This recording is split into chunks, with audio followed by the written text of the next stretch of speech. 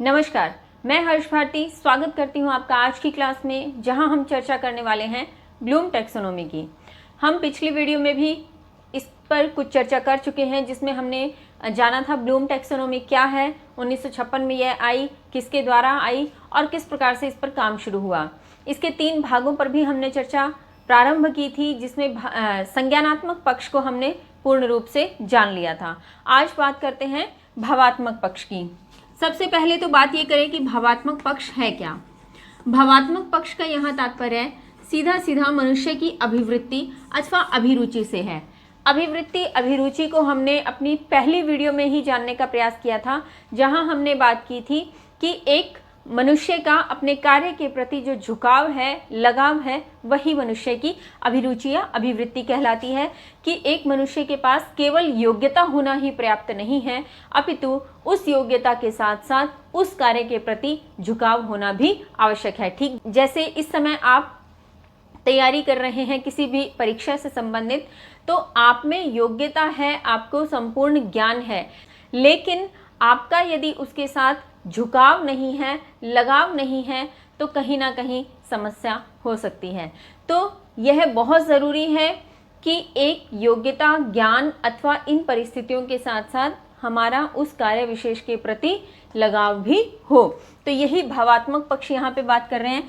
एक यहाँ पे छोटी सी चर्चा और कर लेते हैं। जैसे हमने पहले लिया संज्ञानात्मक पक्ष, जो कि दिमाग से रिलेटेड था, यानी पूरा का पूरा नॉलेज, पूरा का पूरा ज्ञान जो है मस्तिष्क पर आधारित था। कि अगर वह ज्ञान ले रहा है तो मस्तिष्क में ले रहा है, समझ विकसित कर रहा है तो मस्तिष्क में कर रहा है, यदि उसका प्रयोग करने का प्रयास कर रहा है तो भी मस्तिष्क के आधार पर कर रहा है, संश्लेषण कर रहा है तो मस्तिष्क का प्रयोग कर रहा है, विश्लेषण कर रहा है तब भी उसे मस्तिष्क क्रिया की आवश्यकता पड़ रही है, और मूल्यांकन कर रहा है तब भी मस्तिष्क का ही प्रयोग हो रहा है। तो यहाँ भावात्मक पक्ष में जो हम सारी चीज़ें देखेंगे, वहाँ पर कहीं ना कहीं दिल का प्रयोग यानी मन का प्रयोग होगा। और जब हम बात करेंगे आगे क्रियात्मक की, जिसे गत्यात्मक भी कहा जाता है, तो क्रियात्मक में पूरा का पूरा क्रिया पर डिपेंड हो जाएगा, यानी एक्शन जिसको बोलते हैं, पूरा का पूरा प्रयोग में ले आना। तो यहाँ पर मैं आपके लिए 2 नाम मेंशन करना चाहूँगी, महात्मा गांधी और मोंटेसरी। महात्मा गांधी और मोंटेसरी जिस पद्धति को मानते थे, वही जो है ब्लूम पर भी कहीं ना कहीं उसका संबंध है। अभी बात करते हैं ये क्या है। महात्मा गांधी और मोंटेसरी की मैं बात कर रही हूँ। तो ये जो व्यक्ति थे, ये किस चीज़ को लेकर के चलते थे, ये शिक्षा में लेकर के चलते थे दिल, दिमाग और हाथ। अब यहाँ पर 3H की जो थ्योरी है वो काम करती है, यदि आपने सुना हो। 3H की थ्योरी क्या है? 3H की थ्योरी है हेड, हार्ट और हैंड। हेड, हार्ट और हैंड, तो ये 3H हैं। अब आप देखिए, ये दिल, दिमाग और मस्तिष्क की बात करते थे, दिल, दिमाग और क्रिया की। ठीक वही काम ब्लूम की यदि हम बात करें तो ब्लूम ने हेड अर्थात संज्ञानात्मक पक्ष में देखें तो पूरा का पूरा मस्तिष्क का प्रयोग है, तो हेड का प्रयोग हो गया। फिर भावात्मक पक्ष की बात करें तो मन का प्रयोग यहाँ पर हो रहा है, दिल का प्रयोग हो रहा है। उसके बाद में यदि क्रियात्मक की जब हम बात करेंगे, गत्यात्मक की जब हम बात करेंगे, तो हैंड यानी पूरी की पूरी क्रिया का प्रयोग होगा। तो इस प्रकार से ये चर्चा भी यहाँ थोड़ी सी ज़रूरी थी कि 3H की थ्योरी क्या है और इस ब्लूम वर्गीकरण का संबंध किन व्यक्तियों से और जोड़ा जा सकता है। चलिए अब बात करते हैं भावात्मक पक्ष की। जिस प्रकार से हमने संज्ञानात्मक पक्ष में कुछ बिंदुओं को देखा, कुछ बिंदुओं को जाना, उसी प्रकार से पहले हम भावात्मक पक्ष में कुछ बिंदुओं की बात करते हैं, फिर उस पर चर्चा प्रारंभ करते हैं। सबसे पहले है इसमें आग्रहण, जिसे अभिग्रहण भी कहा जाता है, प्रतिक्रिया अथवा अनुक्रिया, मूल्यांकन अथवा आंकलन, व्यवस्थापना और चरित्रीकरण। भावात्मक पक्ष में सबसे पहले हम लेते हैं आग्रहण या अभिग्रहण। आग्रहण अथवा अभिग्रहण की यदि बात करें तो इसका अर्थ सीधा सीधा लिया जाता है सुनने की इच्छा। यानी जब एक शिक्षक अपने विद्यार्थियों को किसी प्रकार का ज्ञान प्रदान करने का प्रयास करता है, तो यह अनिवार्य है कि सबसे पहले उसके छात्रों के बीच, छात्रों के मन में सुनने की इच्छा जागृत हो, तभी वह ज्ञान फलदायी हो सकता है, तभी वह शिक्षक का पढ़ाया गया शिक्षण प्रभावी हो सकता है। ठीक वैसे ही जैसे इस समय आप यदि मुझे सुन रहे हैं, आप में यदि मुझे सुनने की इच्छा है, तभी यह जो हम प्रयास कर रहे हैं ये फलदायी होगा, अन्यथा नहीं। तो सबसे पहले सुनने की इच्छा जागृत होना बहुत आवश्यक है। उसके बाद यदि बात करें प्रतिक्रिया अथवा अनुक्रिया की, इसमें बात आ जाती है सहभागिता प्रदान करना या सहभागिता की इच्छा होना। यानी जो अब सुन लिया, सुनने के पश्चात अब उसे पूर्ण रूप से उस पर अनुक्रिया करते हुए सहभागिता की इच्छा विद्यार्थियों के मन में आ सके, यही शिक्षक का उद्देश्य रहता है। उसके बाद बात करते हैं मूल्यांकन अथवा आकलन की। मूल्यांकन अथवा आकलन जो नाम से ही स्पष्ट हो रहा है कि पहले बच्चे के मन में सुनने की इच्छा जागृत हुई, फिर उसने सहभागिता अनुक्रिया करने का प्रयास किया। अब जो अनुक्रिया उसने की उसका मूल्यांकन, कि वह अनुक्रिया क्या सही है या गलत है, तो उसका मूल्यांकन करना भी यहाँ पर आवश्यक हो जाता है। फिर बात करें तो व्यवस्थापना। व्यवस्थापना यानी मूल्यांकन हो गया, अब उसमें जो कमियां रही, जो त्रुटियां आई, जो भी परेशानी महसूस हुई, उसे दूर करते हुए, उसे व्यवस्थित करते हुए उसे सही रूप देना क्या कहलाएगा? व्यवस्थापना कहलाएगा। जब ये सारी क्रियाएं कर लेंगे, सारी क्रियाएं करने के बाद किसका निर्माण हो जाएगा? चरित्रीकरण, चरित्र का।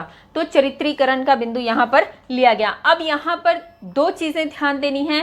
पहली, आग्रहण भावात्मक पक्ष का प्रथम व निम्न स्तर का बिंदु है। यानी यदि हमसे पूछ लिया जाए कि भावात्मक पक्ष का प्रथम व निम्न स्तर कौन सा है, तो हम क्या कहेंगे? अभिग्रहण अथवा आग्रहण। और यदि हमसे कहा जाता है कि भावात्मक पक्ष का सर्वोच्च स्तर कौन सा है, सर्वश्रेष्ठ स्तर कौन सा है, तो यहाँ पर चरित्रीकरण है। अब शायद आपके दिमाग में एक चीज़ आ रही होगी कि कल जब हमने संज्ञानात्मक पक्ष की बात की थी, तो संज्ञानात्मक पक्ष में सबसे अंत में हमने मूल्यांकन लिखा और सबसे अंत में मूल्यांकन को हमने कहा सर्वोच्च स्तर है। यहाँ पर भी सबसे अंत में हमने चरित्रीकरण लिखा, तो इसको भी हमने सर्वोच्च स्तर कहा। देखिए, ये आपको बताना चाहूँगी कि ब्लूम का जो ये वर्गीकरण हम बात कर रहे हैं, ब्लूम टैक्सोनॉमी की जो हम बात कर रहे हैं, ये हायरार्की पर काम कर दिया। हायरार्की आप समझते होंगे कि ये ऊपर से नीचे तक जैसे जैसे बढ़ती जाएगी ये जटिल होती जाती है, और जटिल होते जाने के कारण अंत में ये सर्वोच्च शिखर को प्राप्त होती है। तो अगर इसकी पिरामिड की बात करें, इसके पिरामिड पर भी कई बार चर्चा होती है। जब इसका पिरामिड बनता है ब्लूम के वर्गीकरण का, चाहे वो भावात्मक पक्ष का बनाइए, संज्ञानात्मक पक्ष का बनाइए, ज़्यादातर हमें संज्ञानात्मक पक्ष का पिरामिड देखने को मिलता है। तो हम बात करेंगे जैसे इस प्रकार से पिरामिड बना हुआ है, मान लीजिए, तो यहाँ पर जो हमने सबसे पहला बिंदु लिखा वो सबसे अंत में लिखा जाता है। जैसे यहाँ पर हम बात करें आग्रहण, उसके बाद में हम बात करेंगे प्रतिक्रिया की, उसके बाद में हम बात करेंगे मूल्यांकन की, फिर हम बात करेंगे व्यवस्थापना की। मुझे लगता है एक मैंने एक्स्ट्रा बना दिया है, कोई बात नहीं। उसके बाद में हमने बात की व्यवस्थापना की, फिर आया चरित्रीकरण। तो ये इसका सबसे शिखर का बिंदु है। ये मुझसे एक लाइन ज़्यादा बन गई है, कोई बात नहीं, ये आपको समझाने के लिए था। इसको हम ऐसे कर देते हैं, ठीक है। तो ये चरित्रीकरण सबसे ऊपर आ गया। ये इस प्रकार से काम करता है। अगर हम बात करें, हमने लिखा ऐसे हैं, बिंदु ये ऐसे चले हैं, लेकिन ये जब डेवलप होंगे तो ये इस प्रकार से इस स्तर की ओर चलेंगे। जब इस स्तर की ओर चलेंगे तो ये धीरे धीरे जटिल होते जाएंगे, और जटिल होते जाने के कारण ये अंत में सर्वोच्च शिखर को प्राप्त करते हैं। इसलिए इसका भी सर्वोच्च स्तर कौन सा है? चरित्रीकरण। और जब हमने संज्ञानात्मक की बात की थी, संज्ञानात्मक में यदि बात करते तो यहाँ सबसे पहले कौन सा आता? ज्ञान, फिर आता अवबोध, फिर आता अनुप्रयोग, फिर आता विश्लेषण, फिर संश्लेषण, और उच्चतम पे क्या आता? मूल्यांकन। तो ठीक इसी तरह से हम इसकी बात कर रहे हैं, तो इसका प्रथम या निम्न स्तर का बिंदु कौन सा है? आग्रहण। और इसका सबसे मुख्य बिंदु कौन सा है? सर्वोच्च स्तर का बिंदु कौन सा है? तो चरित्रीकरण। तो ये बात हुई भावात्मक पक्ष की। अब बात करते हैं हम क्रियात्मक पक्ष। क्रियात्मक जिसे गत्यात्मक भी कहा जाता है, इसकी चर्चा हम करते हैं। इसे भी कई बिंदुओं में बांटा गया। आइए पहले वह देखते हैं। क्रियात्मक पक्ष सबसे पहले उत्तेजना, या जिसे प्रत्यक्षीकरण भी कहा गया, फिर कार्य करना, नियंत्रण, सामंजस्य, स्वाभाविकरण, आदत निर्माण। क्रियात्मक पक्ष की बात हम कर रहे हैं। क्रियात्मक पक्ष का सबसे पहला बिंदु है उत्तेजना। उत्तेजना यानी जब शिक्षक द्वारा अपने छात्रों को शिक्षण करवाया जाता है तो उसके प्रति अक्सर बच्चे प्रथमतः क्या होते हैं, उत्तेजित होते हैं। जब क्रिया की बात आती है तो क्रिया में सबसे पहले किसी कार्य को करने के प्रति उत्तेजना आती है। उत्तेजना आने के बाद वह कार्य किया जाता है, तो कार्य करना, इसे प्रत्यक्षीकरण भी कहते हैं, यानी देखने के आधार पर की गई क्रिया। तो उत्तेजना अर्थात प्रत्यक्षीकरण, फिर उत्तेजना के पश्चात आता है कार्य करना। जब उत्तेजित हो गया एक छात्र किसी कार्य को करने के लिए तो वह कार्य कर देता है। अब जब कार्य किया तो उसमें नियंत्रण होना भी आवश्यक है। फिर वह उसे नियंत्रित करने का प्रयास करता है, क्योंकि परिस्थितियां कुछ इधर होती हैं, तो वह उसे नियंत्रित करने का प्रयास करता है। जब नियंत्रित करता है तो साथ ही साथ उसे क्या करना पड़ता है, सामंजस्य बिठाना पड़ता है। नियंत्रण करते समय सामंजस्य बिठाना आवश्यक हो जाता है। जब वह उत्तेजित हुआ, कार्य करने लगा, कार्य करते समय उसे नियंत्रित किया, नियंत्रित करते करते उसने सामंजस्य स्थापित करना सीख लिया, तो अब उसका क्या हो गया, स्वाभाविकरण हो गया, यानी उसके स्वभाव में वो चीज़ उतरने लग गई। वह सामंजस्य को पूर्ण रूप से समझ चुका है, वह नियंत्रण को समझ चुका है, उत्तेजना और कार्य करने के प्रारूप को वह समझ चुका है।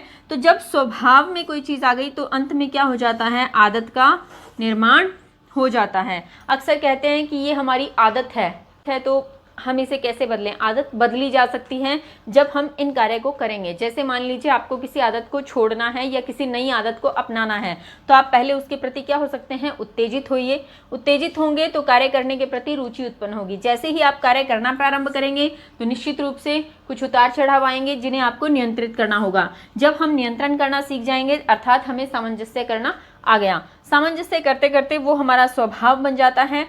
स्वाभाविक हमारे स्वभाव में वो चीज़ उतरनी शुरू हो जाती है।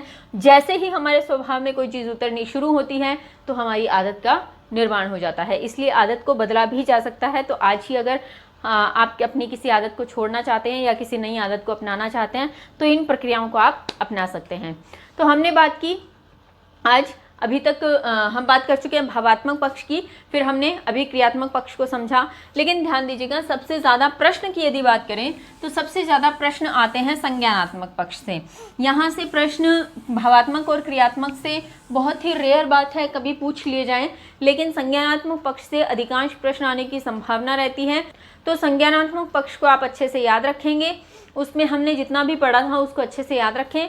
और अब हम कुछ महत्वपूर्ण बिंदुओं की पहले चर्चा कर लेते हैं, फिर हम बात करेंगे रिवाइज ब्लूम टैक्सोनॉमी की। तो महत्वपूर्ण बिंदु इस प्रकार से हैं, मूल्यांकन ज्ञानात्मक पक्ष का सर्वोच्च स्तर है, अभिग्रहण भावात्मक पक्ष का प्रथम और निम्नतम स्तर है, चरित्रीकरण भावात्मक पक्ष का उच्चतम स्तर है, उत्तेजना क्रियात्मक पक्ष का प्रथम स्तर है, आदत निर्माण क्रियात्मक पक्ष का शीर्ष स्तर है। तो ये हमने कुछ महत्वपूर्ण बिंदुओं की बात की, जिसमें मैंने जब यहाँ पर क्रियात्मक पक्ष के बिंदु लिखे थे तो शायद मैं बताना भूल गई थी आपको कि उत्तेजना उसका प्रथम या निम्नतम स्तर था और अंत में आदत निर्माण उसका सबसे सर्वोच्च स्तर था। वैसे मैंने आपको इनडायरेक्टली बता दिया था कि ये हायरार्की पे काम करते हैं। तो जब हायरार्की पे काम करते हैं आप इसे क्रम में याद रखेंगे, क्रम में याद रखेंगे तो आपका प्रश्न निश्चित रूप से गलत नहीं होगा। चलिए अब बात करते हैं हम रिवाइज ब्लूम टैक्सोनॉमी की। अभी जिस टैक्सोनॉमी की हमने बात की, ये ब्लूम टैक्सोनॉमी, ये तो आई थी 1956 में, इस पर हम चर्चा कर चुके थे। 1956 में आई, एक समिति के द्वारा इसका जो है निर्माण किया गया था और उस समिति के अध्यक्ष कौन थे, उस समिति के अध्यक्ष थे ब्लूम, इसलिए इसका नाम भी क्या पड़ा, ब्लूम टैक्सोनॉमी, अध्यक्ष थे ब्लूम। अब हम जो बात कर रहे हैं रिवाइज्ड ब्लूम टैक्सोनॉमी की, रिवाइज्ड ब्लूम टैक्सोनॉमी आई 2001 में, यानी कुछ संशोधन के साथ उस टैक्सोनॉमी को रूप दिया गया।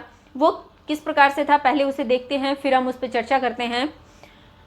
ये दो पिरामिड इस समय आपको दिखाई दे रहे हैं, जिसमें पहला पिरामिड है 1956 में जो ब्लूम टैक्सोनॉमी आई उसका, और 2001 में जो रिवाइज्ड आई ये उसका है।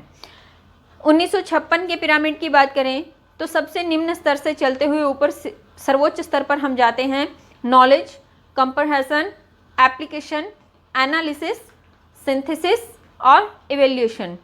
और इधर हम 2001 की बात करें तो नॉलेज को बदल दिया गया रिमेंबर में, कंप्रहेंशन को बदल दिया गया अंडरस्टैंड में, एप्लीकेशन हो गई अप्लाई, एनालिसिस हुआ एनालाइज, सिंथेसिस हो गया क्रिएट, और उसका स्थान भी बदल गया और जो इधर इवैल्यूएशन था, इवैल्यूएशन को इवैल्यूएट करके इसके द्वितीय स्तर पे लाया गया।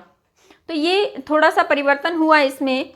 ये किया था लॉरिन एंडरसन व डेविड कर्तवोल ने। हम बात कर रहे हैं रिवाइज ब्लूम टैक्सोनॉमी की। अभी तक हमने जो चर्चा की थी वो सब ब्लूम टैक्सोनॉमी पे चर्चा की थी, जो ब्लूम द्वारा दी गई थी 1956 में। और जो रिवाइज ब्लूम टैक्सोनॉमी आई वो सिर्फ संज्ञानात्मक पक्ष के लिए आई थी, ये ध्यान रखना है। इसमें संज्ञानात्मक पक्ष में ही कुछ फेरबदल किए गए, जिसको हम देखने का प्रयास करेंगे। ये थी 1956 में और रिवाइज आई थी 2001 में। और किनके द्वारा आई थी? लॉरिन एंडरसन और डेविड कर्तवोल के द्वारा। तो इन्होंने छोटा सा परिवर्तन किया। यहाँ पर जो संज्ञा शब्द में ये सब थे, इन्हें क्रिया शब्द में बदल दिया गया। यानी इनका मानना था कि इसे केवल ज्ञान ना रख करके इसे क्रिया में रूपांतरित कर दिया जाए। यानी केवल ज्ञान तक सीमित ना रहे कि ज्ञान लिया, नॉलेज ले ली, फिर वह उसको संश्लेषित करना सीख गया, विश्लेषित करना सीख गया, तो सिर्फ ज्ञान तक नहीं, उसे क्रिया में उतार दिया जाए कि संश्लेषित करना सीखा नहीं, संश्लेषित करवा दो, विश्लेषित करना सीखना नहीं, उसे करवा दो। तो वो सब क्रिया में बदल दिया गया। तो क्या क्या परिवर्तन हुए देखेंगे। नॉलेज का नाम हो गया रिमेंबर, उसके बाद में कंप्रहेंशन का नाम हो गया अंडरस्टैंड, एप्लीकेशन बन गया अप्लाई, एनालिसिस हो गया एनालाइज। और यहाँ पर मेन ध्यान देने वाली बात है, सिंथेसिस का नाम तो बदला ही, सिंथेसिस किस नाम से हो गया? क्रिएट, लेकिन ये कहाँ चला गया? उच्च स्तर पर चला गया। और यहाँ पर जो इवैल्यूएशन था, इवैल्यूएशन इवैल्यूएट होकर के उसके निम्न स्तर पे आ गया। अब यहाँ पर सबसे एक महत्वपूर्ण प्रश्न भी बनता है, इसको ध्यान देना है आपको। यदि प्रश्न यह पूछा जाता है कि ब्लूम टैक्सोनॉमी के आधार पर ज्ञानात्मक पक्ष का सबसे सर्वोच्च स्तर कौन सा है, तो हमें कौन सा बताना है? इवैल्यूएशन बताना है। लेकिन यदि हमसे ये पूछा जाए रिवाइज्ड ब्लूम टैक्सोनॉमी का संज्ञानात्मक पक्ष का सबसे सर्वोच्च स्तर कौन सा है, तो हम कौन सा बताएंगे? क्रिएट बताएंगे। ये ध्यान रखना है, ये थोड़ा सा शब्द ही है, छोटा सा शब्द है जो हमें ध्यान में रख करके प्रश्न का उत्तर देना है। यदि सीधा ब्लूम टैक्सोनॉमी की बात की जा रही है तो इवैल्यूएशन आएगा, और यदि रिवाइज ब्लूम टैक्सोनॉमी की बात की जा रही है तो क्रिएट आएगा। वैसे इसमें से ज़्यादा प्रश्न बनते नहीं हैं, फिर भी महत्वपूर्ण प्रश्न इतने ही बन सकते हैं जितनी हमने चर्चा की है। इसको फिर से एक बार थोड़ा सा देख लेते हैं। जो हमने मुख्य चर्चा की, किनके द्वारा दी गई, उनके नाम पूछेंगे तो नहीं, फिर भी याद रखें हम, लॉरिन एंडरसन और डेविड कर्तवोल। और ये 1956, ये कब आई? 2001 में। इसका सर्वोच्च स्तर इवैल्यूएशन, इसका सर्वोच्च स्तर क्रिएट। तो ये थोड़ा सा बदला है। हाँ, एक चीज़ और कि ये किस में थी? नाउन फॉर्म में थी, और ये किस में आ गई? वर्ब फॉर्म में आ गई। तो ये हमें ध्यान रखनी है, छोटी छोटी बातें इसकी। बाकी हम सारी चर्चा इस पे कर चुके हैं। तो आज हमने जाना ब्लूम टैक्सोनॉमी के सभी भाग को हम पूर्ण कर चुके हैं आज। साथ ही साथ हमने रिवाइज ब्लूम टैक्सोनॉमी पे भी चर्चा कर ली है। आपको यदि वीडियो अच्छी लगी हो तो इसे लाइक, शेयर और सब्सक्राइब ज़रूर करें। मिलते हैं अगली वीडियो में एक नए टॉपिक के साथ। तब तक के लिए स्वस्थ रहिए, मस्त रहिए, पढ़ते और पढ़ाते रहिए। जय हिंद, जय भारत, धन्यवाद।